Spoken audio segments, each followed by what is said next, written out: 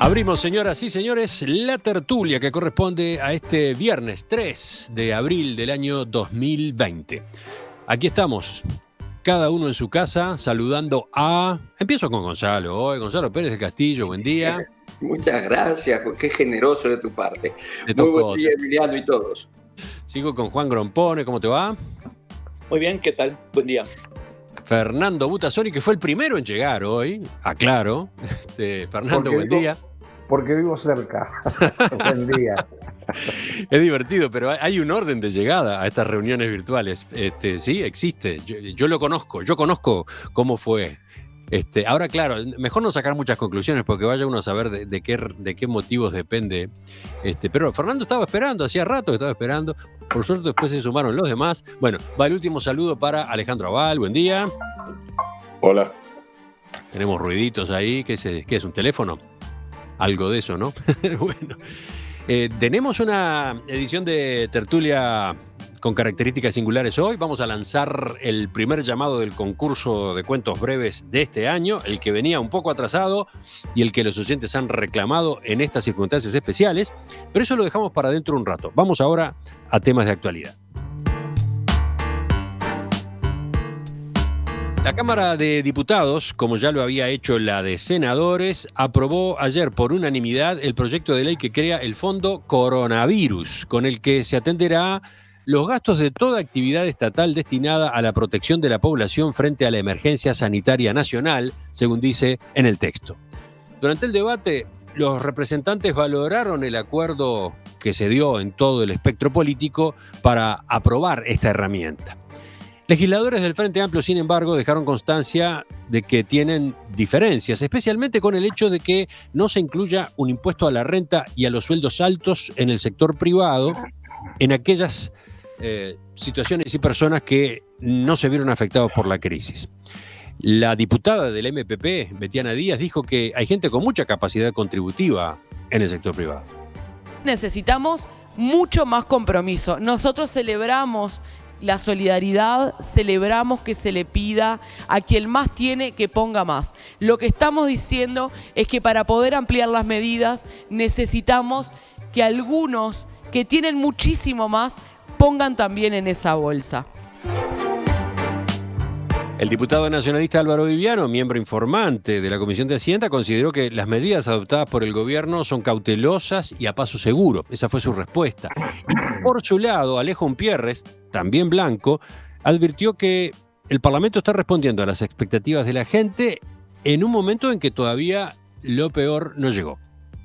Uruguay, en este momento, está empezando su proceso más crítico. Vamos a 5 minutos del primer tiempo. Viene lo peor quizá. Por lo tanto, más unidad nacional sobre estas bases de trabajo y de respeto mutuo. El Uruguay necesita de muchos achugarris y muchos ramos para adelante. Muchas gracias, señor presidente. ¿Cómo se nutrirá este fondo coronavirus? Bueno, recibirá la recaudación del nuevo impuesto de emergencia sanitaria COVID-19, que abarcará las retribuciones de los funcionarios públicos que superen los 120 pesos nominales, así como las jubilaciones y pensiones públicas y privadas que se ubiquen por encima de ese mismo monto. En la lista quedan comprendidos Administración Central, entes autónomos, servicios descentralizados, gobiernos departamentales y empresas pertenecientes al Estado que operan en el derecho privado. Además, al fondo irán utilidades de la Corporación Nacional para el Desarrollo, el Banco República, préstamos de organismos multilaterales e incluso donaciones que se reciban de la sociedad. Bueno, el viernes pasado charlábamos de esto cuando se conocían los lineamientos generales, cuando todavía no estaba el texto. Ahora que no solamente está el texto, sino que ya pasó por el Parlamento, ¿qué dicen ustedes? ¿Quién quiere empezar? Los miro. Gonzalo, voy contigo. ¿Conmigo? Bueno, yo creo que esto puede aclarar unas cuantas cosas. Yo estoy totalmente de acuerdo con la medida que se ha tomado, crear un fondo especial para esta emergencia del coronavirus. Me parece fundamental. Una vez estando en un seminario que tuve la suerte de compartir con Felipe González decía que a nadie le gusta pagar impuestos, pero cuando la gente sabe a qué van los impuestos y ve el resultado, los paga con menos bronca, digamos, para no decir con más felicidad. Y yo creo que este fondo coronavirus puede demostrar muchas cosas. Primero, que la solidaridad en el Uruguay va a hacerse presente en un momento como este, porque es absolutamente necesario. Es decir, una pandemia, que es un problema muy real, necesita de la solidaridad de la gente para hacerle frente. Necesita también una buena conducción, por supuesto, del gobierno y de todas las fuerzas sociales. Pero necesita solidaridad. La medida que ha tomado el gobierno, primero afectando a los funcionarios públicos, yo creo que es justa, en el sentido de que quien tiene ya un salario asegurado y un futuro asegurado, es el que en primera instancia se ve menos afectado por esta pandemia. La gente del sector privado tiene un presente y un futuro mucho más problemático. Entonces, yo creo que hay que ir avanzando y que el sector privado eventualmente se le va a poder pedir e inclusive exigir que haga su contribución, pero en una primera instancia, yo creo que este movimiento de pedirle a los funcionarios públicos y a los políticos, a toda la gente que deriva su ingreso del Estado y por lo tanto tiene seguridad, que haga esta contribución, a mí me parece correcto. Tengo otras cosas para decir que creo que nos va a enseñar también este fondo coronavirus, nos va a demostrar otras cosas también. Juan, ¿tú qué conclusiones sacaste? Bien, yo estoy de acuerdo con la idea del fondo, pero discrepo bastante en lo que se está haciendo, es decir, por lo menos en la interpretación de lo que se está haciendo. Porque, vamos a ver un poco, el impuesto a los sueldos y a los políticos genera algo así como 15 millones de dólares, no me acuerdo el número exacto, en un fondo que va a tener 400 millones de dólares, de las cuales los principales contribuyentes son el Banco República y los préstamos internacionales. Entonces, que los funcionarios públicos y los políticos van a pagar el fondo de solidaridad y que todo eso va a ser solidario, eso es simplemente una frase para la tribuna, es una frase sin consistencia. Porque, ¿quién paga la contribución del Banco República? Lo pagan los ahorristas y los que han solicitado créditos al Banco República, que son empresarios, personas, en fin, lo que sea. ¿Y quién paga el préstamo internacional? Lo pagan la renta general, es decir, lo pagan los impuestos todos nosotros. De modo que yo me siento que soy enormemente solidario con este fondo, no a través del Banco República, con el cual no tengo vinculación, pero sí a través de los préstamos internacionales que me van a salir de mis impuestos. De modo que lo que creo es que es una especie de gran puesta en escena que tienen a lo sumo un efecto político, ¿no? Es decir, que miren, los políticos contribuimos, los funcionarios públicos contribuyen y en cambio los demás no. Y eso es falso. Yo quiero poner las cosas en su justo término. Todo este fondo coronavirus lo vamos a pagar todos en su inmensa mayoría. Atención a esa observación de Juan. ¿Quién toma la posta ahora? Alejandro. Bueno, tengo una respuesta para eso. Pero... ¿Tenés respuesta, Gonzalo? Sí, pero primero dejo hablar a los demás. No, hoy estoy generoso contigo, Gonzalo. Dale una intervención breve, dale. No, es que lo mío no es breve, no, por eso, no es breve. No, tiene razón lo que está diciendo Juan. Por eso digo que este fondo a nosotros nos va a enseñar muchas cosas. Ajá. Entre otras, cómo es que se junta el dinero público y cómo es que se gasta el dinero público. Yo creo que va a tener, pero no estoy en desacuerdo con lo que dice Juan, por supuesto. Bueno. ¿Qué es lo que está demostrando esto? Se le saca a los políticos y a los funcionarios públicos que más ganan, que todo el mundo protesta porque ganan demasiado, y terminamos recolectando en 2 meses 12 millones de dólares cuando se necesitan 400 millones de dólares para este fondo, que por supuesto tienen que venir de otro lado, como dice Juan. Pero también hay que compararlo con el déficit fiscal que en este momento tiene el gobierno, que son 2.800 millones de dólares. Es decir, yo creo que todo esto nos va a dar una dimensión de la relatividad de estas cosas. ¿Qué es importante y qué no es? Y evidentemente que lo que ganan los políticos y los funcionarios públicos que ganan más no es lo más importante de este país, de por qué se gasta mal el dinero en este país. Pero en fin, es larga. Está bien, así que sigo entonces con Alejandro.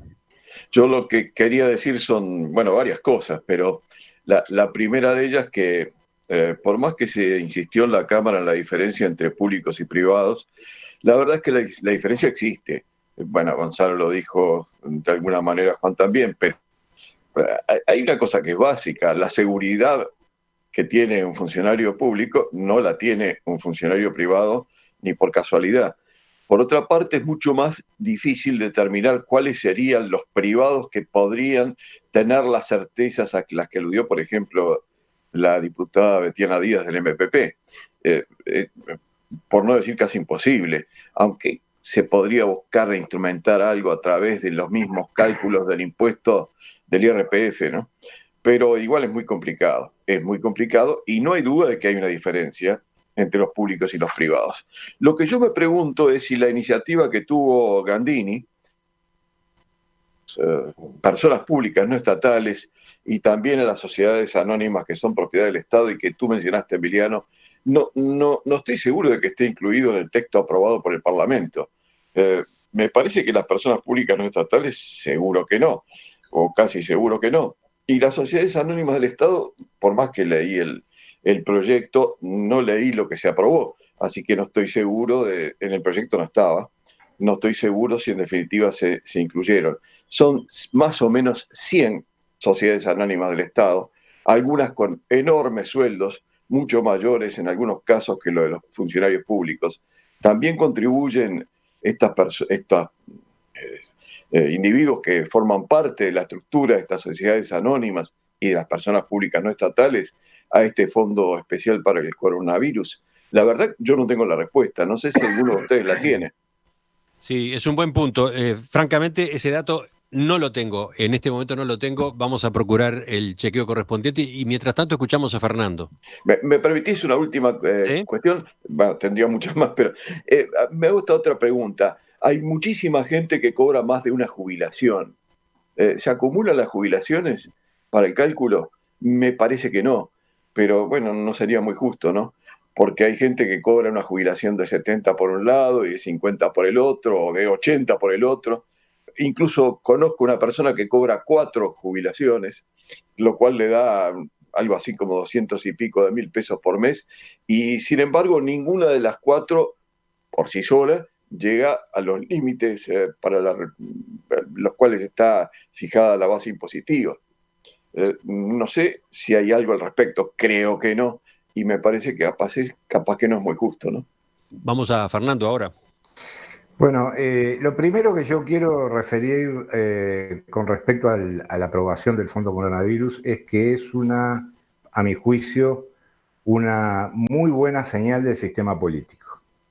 Creo que el hecho de que se haya aprobado por unanimidad, tanto en el Senado como en la Cámara de Diputados, señala un cierto estado de situación del sistema político que a mí me parece que es importante. Más allá de algún chisporroteo, de algún rifirrafe, de un par de cuestionamientos, creo que lo esencial es que este fondo fue aprobado por el conjunto del sistema político. Eso me parece muy importante. Y quería subrayarlo porque creo que lamentablemente los tiempos futuros van a ser tiempos extremadamente complejos y difíciles desde el punto de vista sanitario, pero también desde el punto de vista social y económico y cultural. Por lo tanto, creo que encontrar caminos para una especie de gran unidad nacional en torno a determinadas bases fundamentales es muy importante. Y este es un paso importante, como fue un paso importante la visita de la oposición del Frente Amplio a la Torre Ejecutiva y la recepción del presidente de la República y el relacionamiento que tuvieron, y como otras señales que se han estado dando. Lo otro que quería decir, sin pretender entrar en polémica, es que yo creo que algunos de ustedes, queridos compañeros, son muy optimistas cuando dicen que los funcionarios públicos tienen el futuro asegurado. Lamentablemente, en esta situación que estamos viviendo, nadie tiene el futuro asegurado. No solo el futuro sanitario, no solo el futuro, de su salud, el futuro general.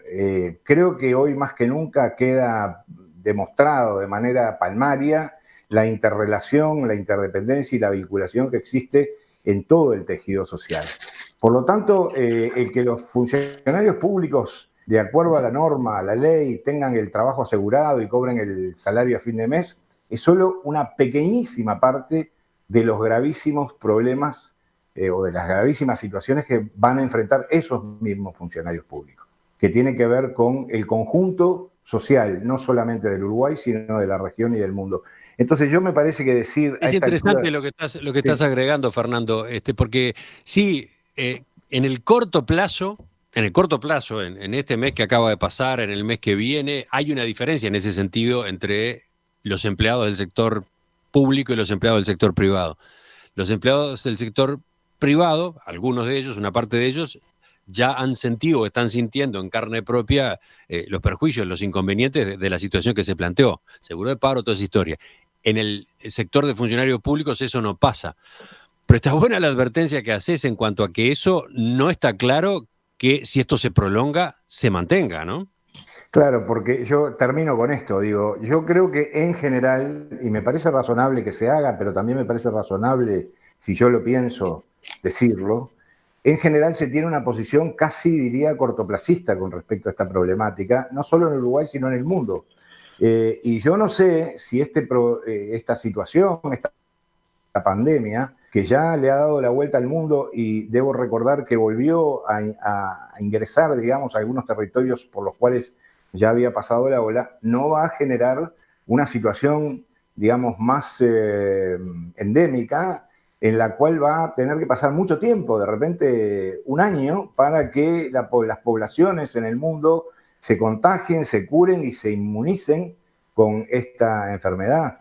Entonces, pensar que nosotros dentro de 15 o 20 días o 30 días vamos a estar todos libres y felices en las calles y la actividad económica va a volver y los shopping van a estar abiertos y los cines van a seguir pasando las películas que pasan, me parece que es un poco optimista además. Creo que hay que tener serenidad, prudencia, buen humor, pero entender que esta es una situación muy, muy grave. A mí me preocupa mucho Estados Unidos y me preocupa mucho Brasil, por ejemplo, con el cual tenemos una frontera seca que es muy permeable y que puede generar muchos problemas. Voy ahora de vuelta a Gonzalo, ahora sí. No, Fernando, de acuerdo, si esto es una epidemia que se transforma en endemia y esta enfermedad sigue circulando por el mundo por años, todo el mundo va a estar afectado. Evidentemente, no sabemos qué conclusiones puede tener. Pero este fondo, el fondo es un fondo de emergencia por 2 meses. Las medidas que se está tomando el gobierno hasta ahora son por 2 meses. Y yo sinceramente creo que en estos 2 meses, si vos estás en el sector privado y todos tenemos amigos o hijos o parientes, de repente se vieron sin ingresos y se vieron sin ningún tipo de seguridad, no saber cómo van a hacer para llegar a fin de mes.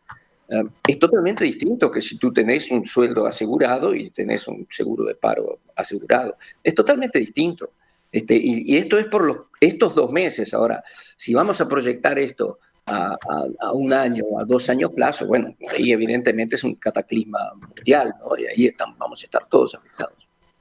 Pero al menos eso es lo que yo quería decir con la diferencia entre lo público y lo privado en este periodo de emergencia que estamos calculando en 2 meses. Juan, ¿tú? Bueno, no tengo mucho más para agregar, ¿no? Yo creo que en definitiva, pase lo que pase, el fondo de coronavirus lo vamos a pagar todos a través del mecanismo de los impuestos, donde tal como se ha proclamado, contribuye más el que paga más, tal como exigía Aval, las jubilaciones múltiples a través del IASS se van a contribuir en la forma correcta, ¿no? En particular. Así que creo que en definitiva todo esto se encausa a que el fondo coronavirus sea pagado por todos a través del mecanismo normal de los impuestos. Así que eso en definitiva es lo que va a suceder.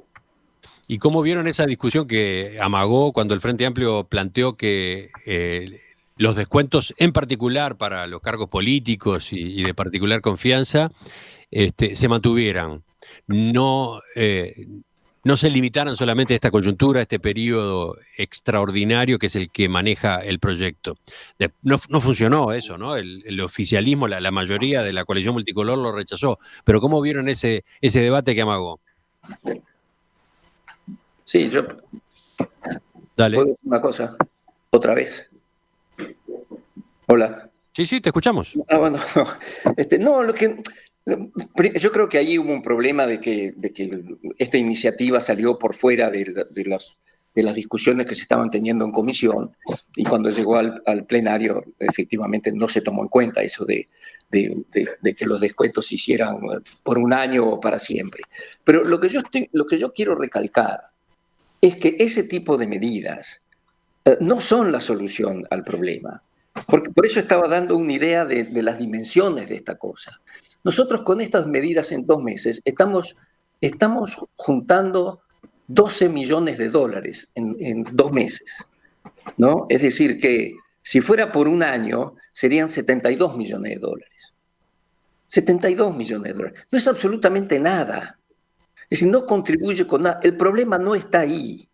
El problema está en que el PIB, el gobierno uruguayo, más o menos gasta un 30% del PIB.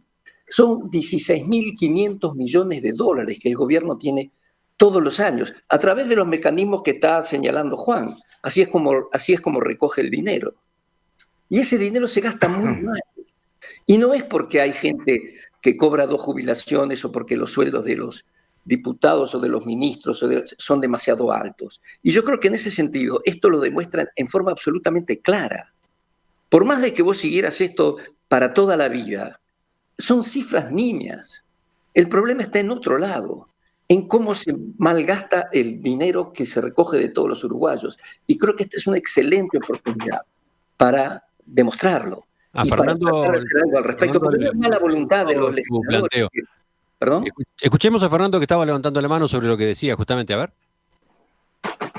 No, lo que dice Gonzalo me lleva a otra reflexión que tiene que ver con las fiscales muy estrictas, corsé, que se habían autoimpuesto, por ejemplo, los países de la Unión Europea o los países que son faro para determinado pensamiento político, rápidamente se desabrocharon el corsé y lo tiraron por la ventana. Es así que tanto la Unión Europea, algunos países de la Unión Europea, sobre todo los más comprometidos con esta situación, como el propio gobierno chino, como el propio gobierno norteamericano, implementaron rápidamente medidas tendientes a darle una cifra realista a una problemática, a una catástrofe que desbordó todas las previsiones. Entonces, ahí es cuando vuelve a aparecer una especie de dicotomía entre la ortodoxia teórica, digamos, en materia de gasto fiscal, de gasto social,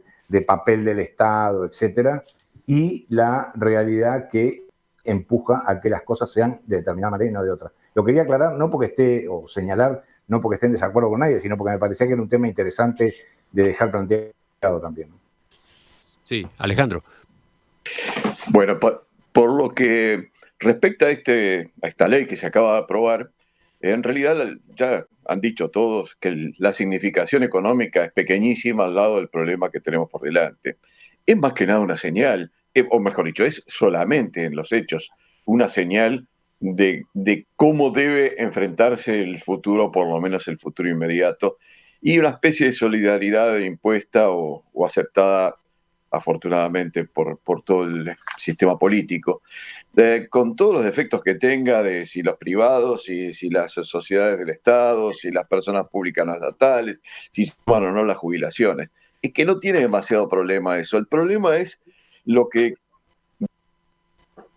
es la enorme deuda pública que tenemos y el enorme déficit fiscal que tenemos. Sí, por ahí va Gonzalo, justamente.